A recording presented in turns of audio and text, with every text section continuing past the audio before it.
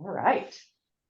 All right, I am calling to order the hybrid meeting of the Youth Services Advisory Board of Mansfield, November 14, 2023 at 12 p.m.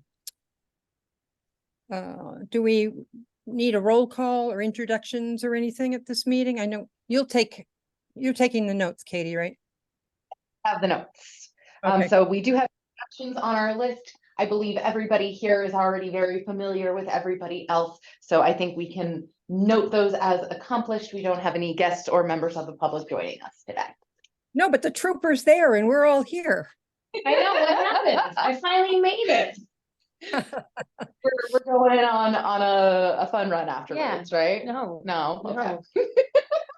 All right, well, so our first order of business is to approve the minutes from October 17th, 2023. Does anybody need more time to take a look at those? Or can I have a motion from the floor to accept those minutes? I motion to accept the minutes. As is. And- Okay, and Laura seconds that. Any discussion about the minutes? Hearing none, all those in favor of approval of the October minutes, raise your hand. Okay, I say that's done. All right, do right. we move right into reports. The first one on my list is Allison's. Hi, everyone.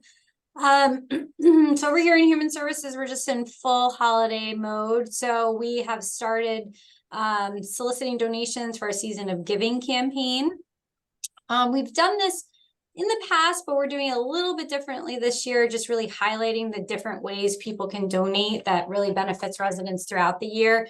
So we have a couple different funds here at the town. One's called Neighbors Helping Neighbors, and that's kind of just like a general fund that we can really help with all sorts of different things throughout the year to assist people. Then we have our traditional holiday fund, which will help with our holiday program, which we're doing in collaboration with Trooper Fillion, which also encompasses the Stuffer Cruiser, which we're going to be doing at the Winter Welcome, which is on December 2nd. Then all week long at Town Hall, the week following the Winter Welcome. And then they'll be at the Eastbrook Mall on the 9th of December from 9 to 1. And then other things that we have that people can donate to is the Campership Fund, which helps subsidize sending kids to camp. And then our back to school clothing program, if somebody wanted to, and supplies, if somebody wanted to donate to that now, then it would get earmarked for that for us to use next summer. And then we're also piloting a new one, which is Sarah Dufresne came up with the name, the Warm and Cozy Senior Holiday Drive. So we're just collecting stuff like hats and blankets, bathrobes, slippers, and other cozy things for our Meals on Wheels participants that we'll give them during the holiday season as well. And then just general human services, we are actively recruiting for our senior center supervisor position and our senior center program assistant position. We're extremely downstaffed at the senior center, so it is very challenging for us right now, and that's where a lot of my time and energy is being spent. But we have interviews next Tuesday for the program assistant, and then the following Tuesday for the supervisor. So I'm really hopeful that by realistically January 1 we'll be fully staffed again over here. I think that's it for me. You look like you got some qualified candidates for those positions. We do. Yep. We had a lot of applicants actually for the program assistant one, which I'm kind of surprised only because it's posted as a 28-hour-a-week position. So I feel like that can kind of go either way sometimes for people, sometimes that's nice to not have the full work week, but then other people are like, oh, it feels like I'm working almost full time, but not to get full benefits. So, and then the supervisor position, I'm not as surprised that we don't have as many applicants just because that's such a specific position. Program assistant, you can come from pretty much anywhere where you've been doing administrative work and you could apply to the position and be qualified. So we'll see. Okay, good luck with that. Thanks. All right, and Katie, you want to do your report? Sure. So our youth services updates we are in the season of the year where programming is in full swing with the Yukon calendar. And we're getting ready to wrap up the mentoring programs for the first half of the year, that first week of December. So at this point, we'll have, I believe, 2 more sessions for each grade of COPE, and 2 more sessions of Big Friends before we have next week no sessions with the Yukon holiday being gone all week, and then they'll be back for that last week of November and that first week of December before they go into exams. COPE is bursting at the seams. Finding spaces to fit us all in has been a challenge. So we've been grateful to the Mansfield Elementary School staff to help us do as much problem solving as we can. And it's a nice problem to have that we have so many people who want to join the program. So that's been a great one to see come back very robustly this year, and be kind of back to its former glory in terms of enrollment. Getting enough participants for being mentors next year will definitely be something that we'll be looking to partner with ongoing with Yukon when they do their second recruitment fair for volunteers. I think that's typically either the end of January or early February, just because we have so many kids signed up. So we definitely would benefit from having a lot more mentors to be able to shrink the size of those ratios in small groups that we're doing with our COPE participants. Big Friends has a slightly better balance in terms of how many mentors we have versus how many middle school students, but that's been a wonderful program to kind of have come back. We've gotten lots of good support from the middle school around how we support students who have more challenging behaviors in the after school, and they've been great with making sure that we have pairs available for those students who need the extra support to be able to get that really positive experience of you do get to come and like have a mentor and do this, and we're going to help make sure that you're successful in doing it. So we've been appreciative of the ongoing collaboration both at the elementary school and the middle school to make those big mentoring programs happen. Tiger Strong, which is our new program this year at the Mansfield Elementary School, is off to now a very running start, which is great. We're excited. It had a little bit of a slow roll build up just because we are waiting to finalize some details until I think the day of open house. But now we're up to, I think as of today, 11 participants in that Tiger Strong after school group for social emotional learning and joyful movement, and that's for 3rd and 4th graders. So Robin and Jocelyn have been really excited to get that off the ground. Last week, they actually had a really cool visit, like virtual visit from a visiting author that the kids were really excited about. So we're excited to see that new program finding its legs, finding its niche, and being the first expanded elementary after school program that we've been able to do, I think as long as I've been here, which is really cool. And then we have our ongoing groups at the middle school. So My Pride, it continues to be well attended. The kids are coming up with some cool ideas that they want to bring into the Pride celebration later in June, and kind of really just enjoying each other's company and doing some nice arts and crafts activities. So we're enjoying that program as loud and messy as they get. We're happy that the middle school keeps inviting us to host that. And then the Mansfield Mustang school-based program, which is the first year that we've been doing it during the school time instead of just as a summer program. The kids have identified a work project to look at food waste and how they want to impact the food waste of Mansfield, of their local community in a meaningful way, and looking to partner with Ginny Walton over in the Solid Waste Advisory Board on how to kind of get information to know what's already happening and ways that they can, take on in a youth voice, how to empower themselves in the community to be more mindful about food waste. So we'll be excited to see what they come up with throughout the year. Our early childhood play group that Jocelyn was running over at the playground here at the community center is wrapped up for the cold months. We're anticipating it'll come back when it's a little bit warmer, and just kind of having it be a cool drop-in group for families with young kids to be able to know that there's someone there with an activity, but then they can also kind of get to know each other in a parent way, and it's a nice outreach around things like school readiness and other resources in the community. So we'll be excited to see that back in the spring, but it was a wonderful new addition that Jocelyn had come up with to add into her role coming into. This is her first full cycle going through the position of early childhood services coordinator. I think those are the biggest program updates.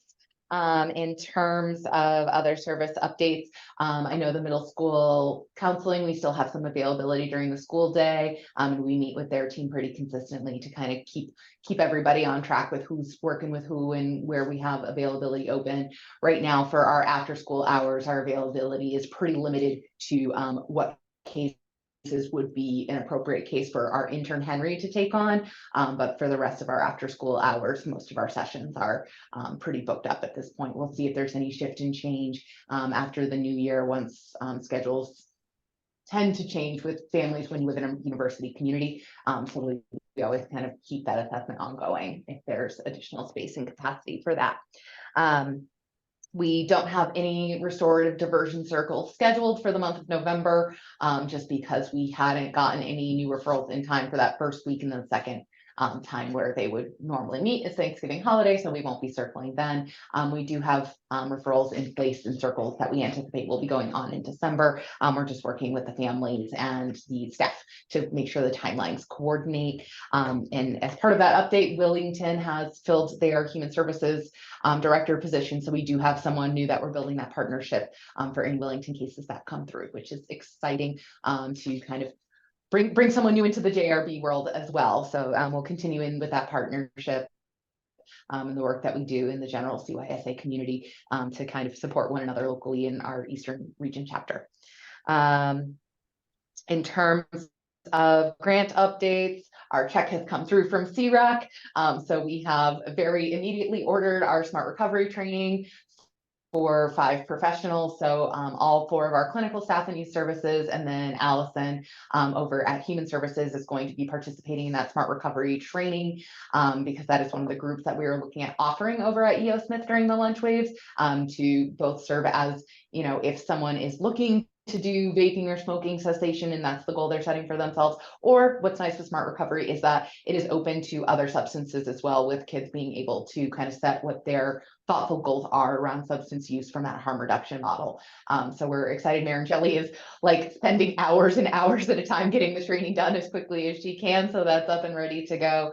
And we'll anticipate that our staff probably in the slower time when we don't have the giant mentoring programs, we'll be able to spend some time also doing that training so that everyone will be cross-trained for coverage, but also looking at if there is a need to expand that service beyond just the EO Smith High School community. If it becomes a need that, you know, we're seeing at the elementary school level or more of a community-based level, that will have multiple people who are trained in that model and able to deliver that service.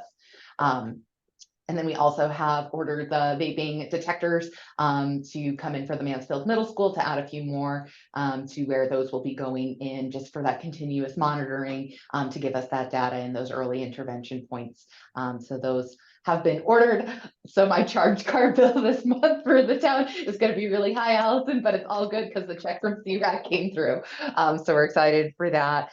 The other thing that we are going to probably be ordering soon is the For What's Next training, which is a 5-session model focused on helping youth make thoughtful decisions about their futures and their goals. And again, that'll be something that we look at how many staff we can cross-train in that model, particularly since it was a request as one of the services to implement over at EO, but wanting to make sure that everyone who's on our team has that capacity to administer it, because then again, it becomes an expandable program as we see the need exist. For our other grants, we just finished the recertification process for the YSB base and enhancement grant with DCF. We were very happy that this is typically a 2-year grant cycle. We're in the 3rd year. They told us this year, why don't we not make you redo the big application again? We're just going to have you recertify through a questionnaire and budgets. So I was very appreciative of that. It was nice. It was a much easier process than kind of giving them the same answers that we give them with our recurring programs year after year. And that continues to be an evolving grant with, I believe this is now the 4th year that it's come under the DCF scope and purview, and they're looking to kind of see how they can continue to partner with YSBs across the state to make the data collection as easy as possible and meaningful as possible. So we just had our annual Connecticut Youth Services Bureau Association conference. And so some of the things that we talked about at the Directors Roundtable with that is how to give youth service bureaus better access to the data that we're being asked to collect so that we can use it in meaningful and practical ways, both from an advocacy standpoint, but also from a community, scope standpoint of what are we getting from our community that's giving us that data back, because we don't necessarily have the same capacity to analyze it that DCF does. So we are looking forward to kind of seeing how that continues to evolve from an administrative standpoint, but also hopefully for being able to continue to use that information set as a whole for statewide advocacy for the work that youth service bureaus do. That was a great event that everyone in the Youth Service Bureau team got to go to last Friday, or 2 Fridays ago, sorry, and kind of be able to attend a bunch of different workshops that are specifically focused to the work that YSBs are doing. So I think that's my big talkie. Well, that all sounds fabulous. Is there any old business or any sectors that would like to report? I do have a question on Katie's report, if I can. As far as the referrals for the restorative, what are they looking like? What are they for? Is there a consistent theme, or? I would say the referrals that we've been getting, and I want to speak kind of generally and not be too specific about right now what we're seeing. I would say in general, since the diversion program has been up and running, which has been about 1.5 years now at this point, taking cases, a lot of THC possession for underage youth, some, fighting in community or at school. And then we have actually had a few come through that are worrisome statements that are being made over text and social media. So we've been really happy that those have come to us so that we can get in. We've had a few intermittent shoplifting ones, again, both in the local community and the community of Connecticut as a whole. But I would say the largest number of referrals that I think we're consistently getting is cannabis. Right. Agreed. Any other questions about Katie's Seems like report? disorderly. Why, that just blipped right by, disorderly and blip. I think there's a delay in the recording. All right. Are there any sectors that would like to report?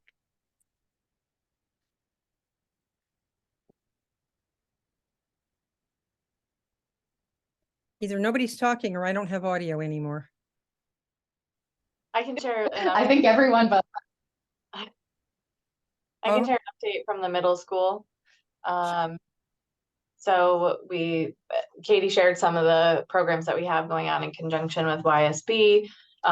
We have, robust after school activities that kids have been participating in since the start of the year. And as Katie mentioned, some of them are in conjunction with them. Some are homegrown, run by teachers here. And we really make it our goal to get as many kids involved in something and build that connection to school as possible.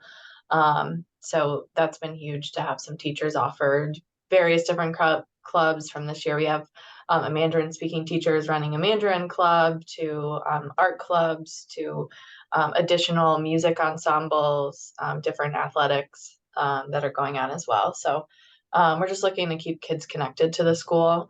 We also have our DARE Good Decisions program that Trooper Fillion's running every Friday. So that's been great. And it's a switch this year to have it at the start of the year, but I think that's a huge benefit. And I know that was intentional for the reason to expose the kids early on to making those good choices and good decisions, reporting things and sharing things with us when there's issues. I've seen an uptick in a positive way of kids sharing, like speaking up when they see something. And for 5th graders to be doing that, it's not always easy. So they're definitely taking what they're hearing and applying it. So that's been really awesome as well. And so we're just continuing to build out, what additional programs and resources and things can we do with our kids to help build buy-in and help them love coming to school every day, have an adult that they're connected to here or within the school system. So that's been a big push for us this year. Thanks. I can mention a couple of things about the high school.